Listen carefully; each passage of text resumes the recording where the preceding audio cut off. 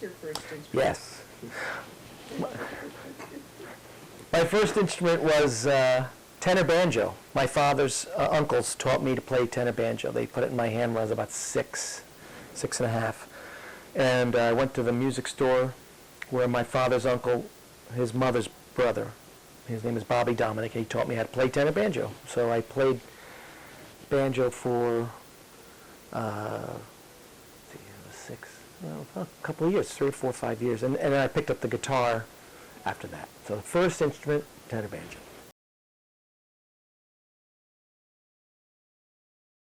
The College of Bucky Pizzarelli. I went to, I did take, I took some music courses in high school and grammar school and all that. And I practiced trumpet too, was my instrument because you can't march with a guitar. So I was in the marching band with the trumpet. And then I did go for 3 semesters at University of Tampa as an music education major, and then 2 semesters at William Patterson College in Wayne, New Jersey. So that was about that. But my real education came the summer of 1980.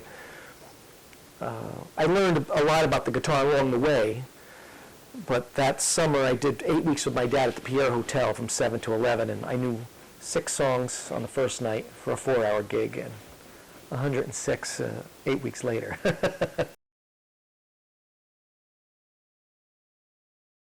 You know, the one that I remembered before we even started, and you mentioned that, the one record that I still remember, there was the first jazz solo that made me cry, was Sue Sims on It's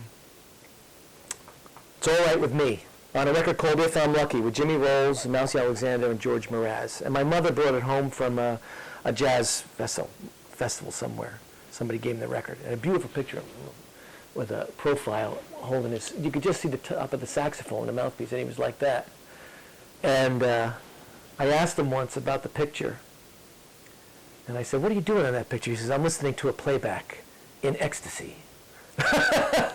So, but that's the first one that I remember. I can't remember buying any because there were so many in the house. So, but that was the one that I first remember listening to that solo going, wow, this guy's something else. And the fact that I knew him was a big deal. Can I mention several jazz concerts that mean something to me or stand out for me? I mean, the first one was a concert in New Jersey. I think it might have been Belleville, New Jersey. I just thinking about this the other day. It was Maynard Ferguson's big band in the early 70s. And I remember the thing I remember about it was we were at those long tables. Everybody had long tables, eating dinner and everything. And the band was so excited. I remember standing up and applauding, and I was sitting next to my father thinking, I'm screaming here.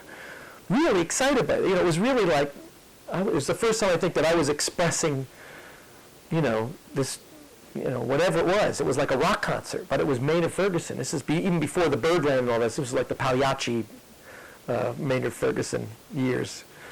And then, let's see, the one that I always think about is, there's a Pat Metheny concert that I took my dad to that was really exciting at the Beacon Theater, because we were sitting there watching this guitar player who I really loved, and my dad was like trying to figure out, who's that guy that brings him a guitar all the time, There'd be a roadie would come out and give him another guitar. And I said, well, that's the guy with the he gets them and he tunes them and he brings them back. My father said, he tunes them?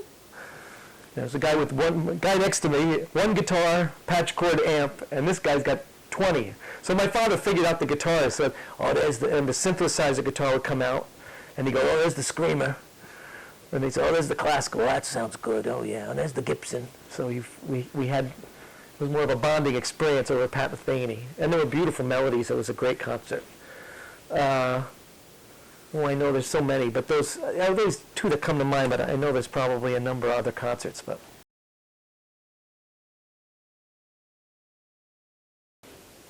I got $5 for playing at Glenn Howenstein's house with my band, Emanon. We had an hour's worth of Beatle material. So I remember my bass player, my friend to this day, Steve Rafioska, said, we should charge him. We really should charge him. I said, we only have an hour's worth of material. We should just play his backyard for him. It's just a little party.